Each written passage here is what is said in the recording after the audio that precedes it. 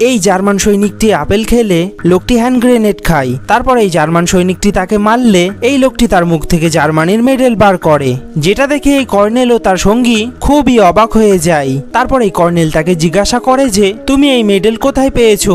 লোকটি জবাবে কিছুই বলে না, কিন্তু তখনই এই কর্নেল এই সৈনিকটাকে তার পকেট চেক করতে বলে, কিন্তু এই সৈনিকটারও পকেট থেকে একটি লকেট গায়েব ছিল।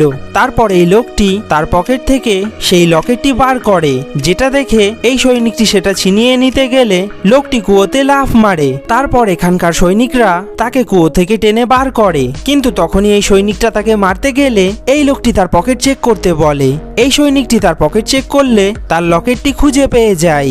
আসলে এই লোকটি হলো একজন রাশিয়ান সেনা।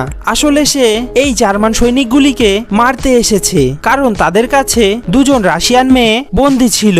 তারপরে এই লোকটি কিছু হ্যান্ড গ্রেনেড নিয়ে আকাশে ছুড়ে জাদু খেলা দেখাতে লাগে। তারপর সে ঘরে ঢুকে যায়। দুজন সৈন্য তাকে আনতে গেলে লোকটি ঢপ পড়ে একা একাই বার হয়ে আসে, যেটা দেখে এই সৈনিকরা তো এখানে হাসতে লাগে। কিন্তু তখনই এই সৈনিকদের মধ্যে থেকে লোকটি অদৃশ্য হয়ে যায়। তখনই তারা সকলে তাকে চারিদিকে খুঁজতে লাগে। তখনই এই সৈনিকটা দেখে যে লোকটি উপরে বেড়ালের মতো পা চাটছে। বন্ধুরা, তারপর এখানে কি হলো সেটি দেখার জন্য ভিডিওটি লাইক করে চ্যানেলটি সাবস্ক্রাইব করুন।